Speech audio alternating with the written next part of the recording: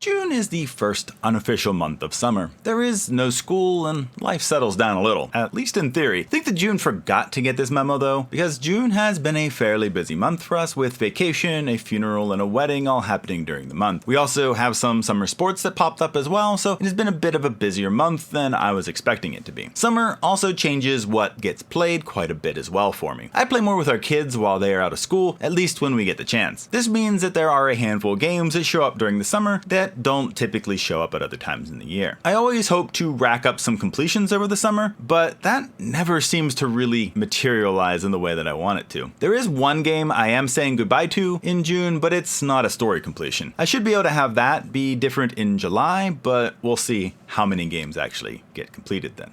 As I said, I didn't finish any stories in June, but I am marking a game as completed this month because I'm just moving on from it. And that game is Marvel Snap. While this is a game that I have enjoyed since its release, it has been one that I've had mixed feelings on as time has gone on. As with any online mobile style game, you have a lot of changes that go on through the life of the game, and while I've weathered most of these, even when they haven't necessarily been the greatest of changes, this last month was just kind of the straw that broke the camel's back. It has felt like most of the systems that the game has introduced recently are just to try to tempt you to spend more money. While I get that a company needs money to keep their game going and everything like that, and I understand and even support that to a point, there is a point where it just feels like everything is about the money and trying to get more money out of players who are probably already spending money on your game. Over time, Second Dinner has done that over and over again. They've taken gold out of the collector's reserves a long time ago. They introduced albums, but eventually made only albums that included newly released cards instead of having cards that were already released be possible to be in a new album, which made you just, need to buy the new variants instead of maybe getting something for the variants that you already had. Then Character Mastery took that to a whole new level and was just basically about how many variants you had and not actually doing things with the cards, which was what they kind of had originally presented that to be. And then this month, we saw them really go for it during one of the limited time modes. They released a card that would have taken you probably a good 40 to 50 hours or so to get, and that was expected to be done in 1 week's time. If you didn't want to do that kind of ridiculously epic long grind, it would have cost you $100 at most, or some less depending on how much you put into the event. This was on top of changing the reward structure of this game mode in the first place. I had always loved High Voltage, and while I didn't hate the variation that they presented this time, I really absolutely hated the reward system that they put in place, especially with the ridiculous prices that they put out being just a horrible cherry on top. I didn't really like the Sanctum Showdown style of rewards anyway, because I thought that it made it just very impossible to get even half of the rewards by the end of it, even if you're playing it fairly regularly. And that's just not something that I found enjoyable. It just felt like they added a ridiculous grind to a game that already has a fair amount of grind to it. And then the reaction to this was to basically just apologize for having bad communication about the awful system that they put into place and not the awful system itself. And it just left a bad taste in my mouth. Then throw in the fact that through a leak of what's coming, they're going to make it so that the extra premium season pass will include a second card that, you got to pay even more. Not only do you have to pay the regular season price pass, but you also have to pay double that almost to get the extra card, and I think it's just time to cut my losses. While I wasn't a whale by any means, I'm someone who consistently bought the season pass and would occasionally buy variant packs as well. While I know that Second Dinner has had a bit of a rough year with the whole Newverse TikTok ban situation and the fact that they're now self-publishing, it just feels like they're trying to milk people for everything they're worth, and I think it's time to bow out before it gets worse. I had originally kind of the last couple months been supporting even a little bit more than what I had earlier because I knew that they were in this transition, but the decisions they've made as a result of that transition just don't earn my money and my time. It just doesn't feel worth it to me. It was a good run, but Marvel Snap is making me retreat one last time.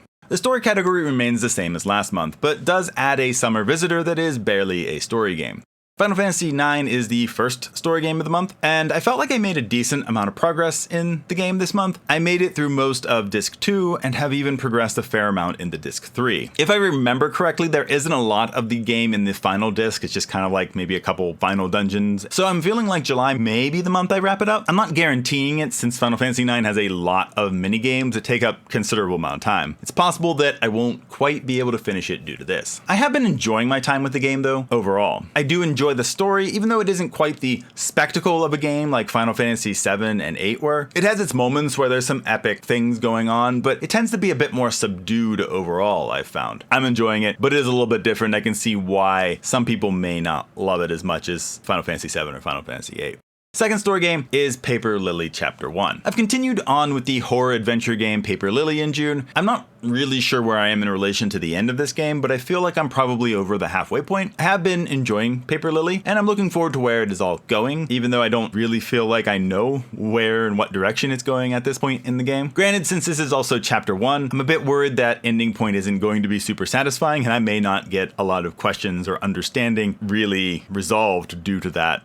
The third and final story game for June is Nom Nom Galaxy. This is one of the games that I play with my kids over the summer, and it's kind of barely in the story category, but the reason why I put it here is due to the fact that it does have a campaign mode, and that's what we're playing through. There really isn't an overarching story beyond you are a soup company and you're trying to out soup company the other soup companies, make enough money to pass the stage and get domination of the soup market, but like beyond that there really isn't much of a story. You're just kind of going planet to planet to expand your soup company dominance, and congrats when you do. But I feel like we'll probably be done with the game once we finish the campaign, or even if we aren't done with it, it'd probably move more to like trying to work on any trophies that we might want to clean up or anything like that. So it'd go to the trophy category more than it would Endless or something like that. Speaking of Endless, I'll be focusing on those games next. And these are games that don't have clear-cut endings for me. They can be online PvP, arcade, sandbox, creative, simulation, or party games. There are games here that are monthly regulars, and there are also games that will just kind of hop on and off the list depending on the month. And June is largely the same as usual. Marvel Snap is now missing from this lineup, and there are a couple of games that have reappeared due to summer, but even those have been on the list before now, so they're not completely new entries. So the first is Fortnite. A new season came out shortly into the month, which just happened to be while we were on vacation. This meant that I got a bit of a late start on this season, but I have enjoyed the season so far quite a bit. I like the superhero theme, the battle pass, except maybe Ziggy, the weapon pool,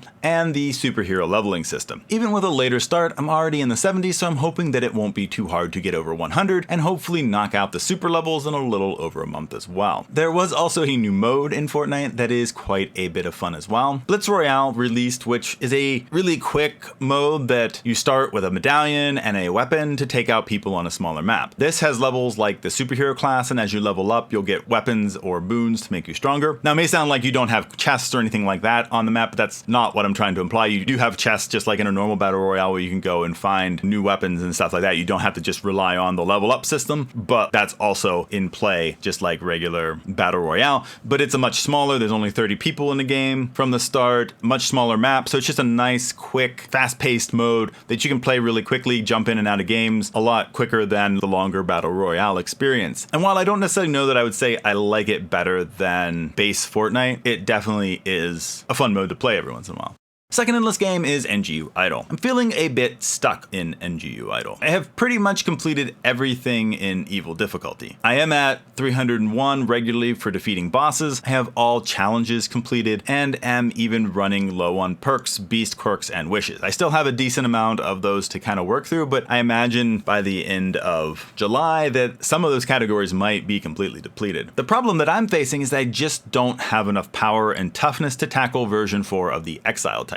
I have been spending experience to buy these stats, but it still seems like I'm a while away from actually being able to defeat it. Even trying to do it manually, which usually takes a little bit less power and toughness than trying to just do it automatically or auto kill or idly. So yeah, I'm just not really sure what I need to be doing at this point to try to progress. If I'm unable to get past this part by the end of summer, probably just going to drop NGU Idol, because by then I probably won't have much at all left to do in Evil, and just trying to raise these stats that seem really slow to raise just does not sound appealing. Like, while I feel kind of bad being so close to the final difficulty and the last few achievements of the game, it's just not worth grinding and not feeling like I'm getting anywhere for months. So we'll see how that happens. Maybe something will break through and it'll be not as bad as I think it's going to be, but we'll just have to see.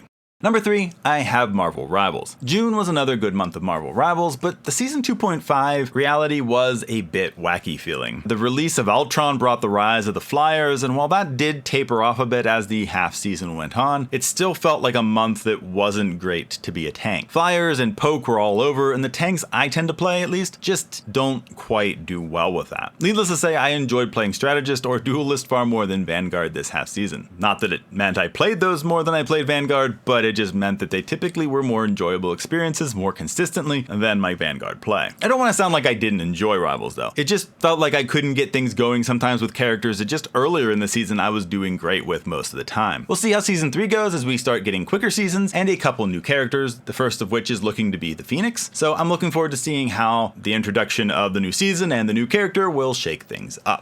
At number 4, I have Stardew Valley. Most of my Stardew Expanded play was working on finding golden walnuts on Ginger Island. I was able to get to the forge in the volcano dungeon, which in the mod unlocks some more content. Haven't done anything with that yet, but I'm loving just how much extra stuff this mod adds. Base Stardew is pretty amazing in itself, but the expanded mod is impressive as well. It will be fun to get into some of this new content as I move forward. In terms of finding golden walnuts, I was able to get enough to unlock the scientist there that wants all the fossils, and also got to the farm finally, like right near the end of one of my last plays, so that's nice that I've got those things accessible, and so I'm just looking forward to developing the island more and then hopefully eventually moving into some of that new mod content. We also played as a family a few times in June. There were a number of days where some or all of us were pretty tired by the end of the day, and a nice relaxing game of co-op Stardew Valley was just what we needed. I think all of us have fully upgraded bags now finally, and we'll start focusing in on upgrading tools. We're entering winter of year 1, so it's a great time to upgrade some of the tools that you use for farming more regularly, which will be nice. We're all very close to being able to marry people, which won't be able to happen until spring with no rainy days being in winter, but that will be something to look forward to in the next year for the game. There was a good amount of Stardew Valley played in June, but I enjoy it whether I'm playing modded on my own or co-op with the family. It's just a great game that I really can't recommend enough and just enjoy no matter how I'm playing it.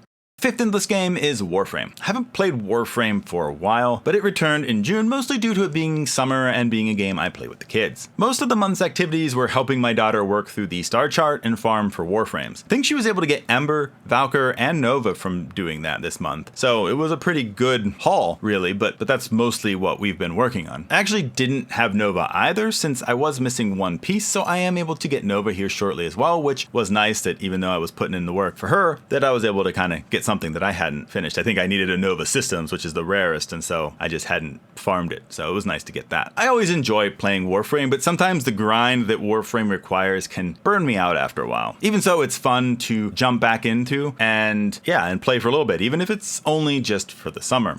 Sixth endless game is Deep Rock Galactic. Here is the last game that is a summer edition. Deep Rock Galactic is about mining with a group of rough and rowdy dwarves. You go down to the surface of a very hostile planet for a variety of missions while killing any nasty beasties that want to take you out. It's quite a bit of fun, but can be a bit frustrating and hard to navigate at times. I know with last summer we had some struggles getting used to it and figuring out what we needed to do. This summer has been a bit smoother in this department and has been overall more enjoyable. We still have the occasional spectacular failure, but these don't happen nearly as often as they did last year. And the last endless game is Jackbox Party Pack 4. We just played one Jackbox Party Pack in June, and that was Jackbox Party Pack 4. We played every game mode except for Monster Seeking Monster, which is okay since that's probably the weakest with only 4 players. As always, we enjoy the Jackbox Party Pack series, and Party Pack 4 is one of our favorites, with Quiplash and Bracketeering and Survive the Internet probably being our top 3, not necessarily in that order, but probably our top 3. And then also Civic Doodle is always just kind of fun, even if it is a little goofier and not quite as good as some of the other ones. But it's a strong pack and one that I definitely recommend and really enjoy the majority of games on. In terms of trophies, I wasn't able to make any progress toward games just for trophies in June. I knew it would probably be doubtful, and it turns out I was right. Summer always seems to be a bad time for this, probably since I'm playing more with my kids during the summer, and this is the part of my gaming that gets cut out. And that's what I played in June. Things like vacation and other aspects of life did make life busy, but overall I'm pretty happy with the progress I made this month. month. While I would always love to complete some story games, I still felt like I made some decent progress in both of the story games I have going on at the moment. I'm hoping July will see me finish off at least one, if not both of them, but we'll see. What have you been playing in June? Let me know in the comments, as it's always fun to see what others are playing and if you would recommend those games. I hope everyone had a great month and that you've been playing games that you enjoy. That's all for now, so I'll see you in the next video.